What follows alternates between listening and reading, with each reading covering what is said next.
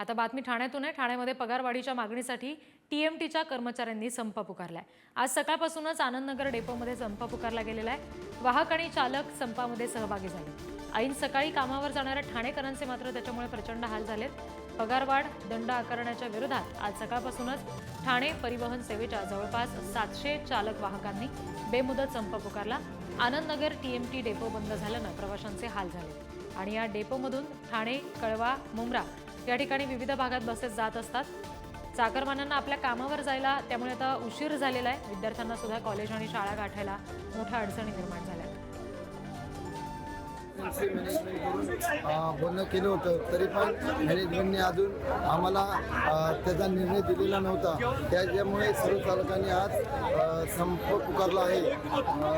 त्याच्यामध्ये आमचे मुद्दे आहेत जे आम्ही 28 तारखेला जे महापालिकेमध्ये मीटिंग केली होती त्याच्यामध्ये आंदोलन आमचं मागे घेऊन स्थगिती दिली होती, परंतु त्या आंदोलनामागे आम्ही स्थगिती देऊन जो व्यवस्थापकाने जो आम्हाला निर्णय दिला होता त्याच्यामध्ये स्थिर राहिलो होतो, परंतु तो निर्णय अजूनपर्यंत आम्हाला भेटलेला नाही।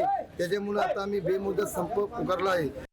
आणखी तपशील घेऊया प्रतिनिधी निकेश शार्दुली यांच्याकडून। निकेश, काय नेमकं या सगळ्या चालक वाहकांचं म्हणणं आहे? तुमच्या मागे संपात सहभागी झालेले हे सगळे चालक वाहक उभे आहेत। नक्कीच रिद्धी, हे सर्व ठाणे महानगरपालिकेची जी परिवहन सेवा आहेत त्याचे चालक आणि वाहक आहेत। गेल्या अनेक वर्षांपासून त्यांच्या अनेक मागण्या ज्या आहेत त्या प्रलंबित आहेत। मग त्याच्यामध्ये मानधनात वाढ असेल किंवा त्यांच्यावरती जो काही दंड आकारण्यात येतो या विरोधात या सर्वांनी आज अचानकपणे संप पुकारलेला आणि याचाच फटका जो आहे तो सर्वसामान्य ठाणेकरांना पडलेला आहे, विद्यार्थ्यांना पडलेला आहे। मात्र या अगोदर देखील त्यांनी संप केला होता। अनेकदा महापालिका प्रशासनासोबत त्यांची बैठक झाली होती, मात्र त्या बैठकीमध्ये जे काही त्यांना उत्तरं मिळालेली आहेत, जे काही ते सक्षम ठरल्या नसल्यामुळे पुन्हा एकदा त्यांनी आंदोलनाचं हत्यार जे आहे ते उभारलेलं आहे आणि आज सकाळपासूनच या आनंदनगर बस डेपोमधनं एकही बस जी आहे ती गेली नाहीये। खरं तर ठाणे, कळवा, मुंब्रा ह्या विविध भागांमध्ये या ठिकाणाहून बस सोडल्या जातात, मात्र एकही बस जी आहे ती सोडली गेलेली आहे। एकंदरीत 700 चालक वाहक जे कर्मचारी आहेत हे संपामध्ये सामील झाले आहेत। आपल्यासोबत त्यांचे प्रतिनिधी आहेत, आपण त्यांच्याकडे अचानकपणे संप पुकारलेला आहे। या अगोदर देखील तुम्ही आंदोलन केलं होतं? अचानक हा संप नाही आमचा। प्रथमतः ठाणेकरांची आम्ही माफी मागतो। आमच्यामुळे आपली गैरसोय होत असेल त्याबद्दल आमची दिलगिरी व्यक्त करतो, कारण की प्रशासनाशी आमची वारंवार चर्चा चालू आहे। प्रशासनाने जे ठेकेदार नेमणूक केलेले आहेत ते प्रशासनाचे नियमही ऐकत नाहीत, कारण की आम्ही मागच्या महिन्यामध्ये 14 नोव्हेंबरला आंदोलन करणार आहोत असं 28 तारखेपर्यंतची मुदत घेतली होती। 27 तारखेला आयुक्तांच्या दालनात मीटिंग झाल्यानंतर आमच्या बेसिक आणि डीएमध्ये वाढ झालेली आहे, त्यानुसार आम्हाला पगार दिला जाईल असं ठेकेदारांनी मान्य केलं होतं। परंतु जो डिसेंबरमध्ये पगार देण्यात आला त्याच्यामध्ये पगार वाढ न करता कॉन्ट्रॅक्टदारने पगारात जी वाढ होती अगोदरची त्यातच कटिंग करून तो पगार सेटलमेंट करून दिला। त्यामुळे कामगारांनी प्रशासनाला विचारलं किंवा कॉन्ट्रॅक्टदारला विचारलं, त्यांचं म्हणणं असं आहे की आम्ही तुम्हाला वाढीव पगार देत आहोत। मुळामध्ये आम्ही 2016 पासून काम करतोय, 2024 आता संपत आलेला आहे। 15,000 ते 20,000च्या आतमध्ये चालक आणि वाहकांचं घर कसं काय चालेल हे ठाणेकरांनी सांगावं। पुकारल्याच्या नंतर प्रशासनासोबत काय बोलणं झालंय का? प्रशासनाचा कोण प्रतिनिधी तुमच्याशी संपर्क केला? प्रशासनाने चर्चा केली आहे, परंतु प्रशासन अवलंबून आहे ठेकेदारावरती। ठेकेदाराचं म्हणणं आहे की आम्ही तुम्हाला 1,500 रुपये वाढ करून देतो, 2,000 रुपये वाढ करून देतो। आता कामगारांची मागणी 1,500 रुपये 2,000 अशी मागणी आहेच नाही। मुळामध्ये जो GR मध्ये वाढ झालेला आहे तो वाढ करून द्यावा, नाहीतर जो ठोक मानधनाचा आकडा आहे 35,000 रुपये किमान ठाणेकरांमध्ये म्हणजे मुंबईसारख्या सिटीमध्ये जगण्यासाठी जो पगार लागतो तेवढा आम्हाला मिळावा। आता पुढची भूमिका काय असणार? कधीपर्यंत हा संप सुरू राहील? कारण अनेक ठाणेकरांचे जे आहेत ते हाल होत आहेत। मी प्रथमतः ठाणेकरांची माफी मागितलेली आहे। आम्ही पण गरीब घरातले आहोत, महागाईने कळस गाठलेला आहे, घर चालवणं अशक्य आहे। कित्येक कामगार येतील, तुम्ही नवीन ड्रायव्हर आणाल, कंडक्टर आणाल, परंतु महागाईमध्ये घरच चालू शकत नाही। आंदोलन आम्हाला करणं म्हणजे हा आमचा पर्याय नाही आहे, परंतु नाईलाज आम्हाला करावा लागतोय।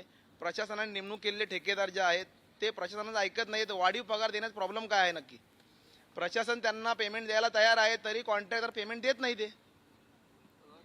रिद्धी, आपण जर बघितलं तर अनेक कामगार जे आहेत ते असा संपामध्ये सहभागी झाले। जोपर्यंत मागण्यांची पूर्तता होत नाही, आता आश्वासन नको तर ठोस मानधन मिळायला हवं अशी ह्या सर्व कर्मचाऱ्यांची मागणी। त्यामुळे आता हा संप कधीपर्यंत सुरू राहतोय हे पाहणं महत्वाचं असणार। रिद्धी, अगदी निकेश, तुम्ही आमच्याशी जोडलेलेच राहा। आपण सध्या पुन्हा एकदा प्रेक्षकांना ही दृश्य दाखवतोय. ठाणे बस डेपोतली ही दृश्य आहेत. सामान्य प्रवाशांचे खरं तर हाल होत आहेत. हा बेमुदत संप पुकारला गेल्यामुळे चालक वाहकांच्या काही मागण्या आहेत TMTच्या आणि त्यासाठी प्रशासनाशी चर्चा करून सुद्धा त्या पूर्ण होत नाहीयेत. त्यामुळे त्यांनी हा बेमुदत संप पुकारलेला आहे. प्रतिनिधी दिलीप शिंदे यांच्याशी या सगळ्या संदर्भात आपण बोलणार आहोत. दिलीप, खरं तर जे चालक वाहक आहेत संपामध्ये सहभागी झालेले त्यांनी असं म्हणणं मांडलंय की प्रशासनाशी आम्ही वारंवार चर्चा केली आहे, मात्र तरी सुद्धा त्याच्यावर तोडगा निघत नाही. कॉन्ट्रॅक्टर प्रशासनाचं ऐकत नाहीयेत. काय नेमकं या सगळ्या संदर्भात आणखी तपशील आहे? हे TMTची सेवा जी आहे ते ठाणेकरांसाठी फार महत्वाची सेवा आहे. TMT नसेल तर ठाणेकरांचं पूर्ण जीवनमान ठप्प होईल अशी परिस्थिती आहे.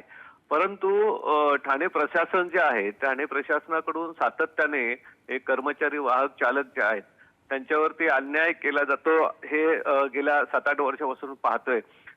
ऍक्च्युली सर्व वाहक चालकांची हे अपेक्षा होती की ठाण्याचे मुख्यमंत्री झाले होते, ठाण्याचे कॅबिनेटचे मंत्री आहेत की जे ठाणे परिवहन सेवा सक्षमपणे करणे आवश्यक आहे.